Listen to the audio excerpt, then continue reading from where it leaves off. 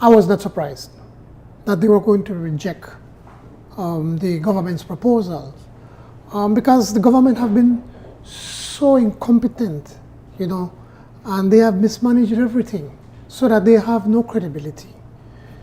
When in 2012, the Prime Minister boasted in the National Assembly that he has fixed the superbond once and for all, quoting him, once and for all, he has fixed it. So in effect, he had wrapped himself around the superbond. So really, it's not a UDP superbond. And he made 4 commitments to the bondholders. One, that he was going to increase revenues through taxation. 2, that he was going to reduce expenditure, including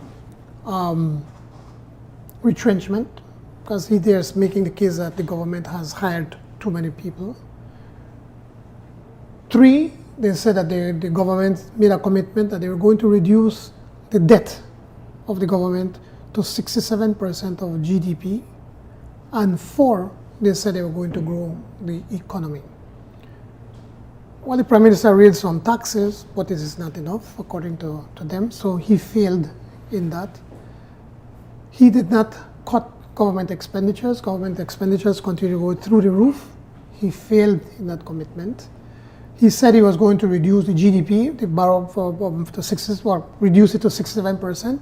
It's nearing 90%, and according to his projections, by the end of this year or sometime next year, it's going to be at 100%.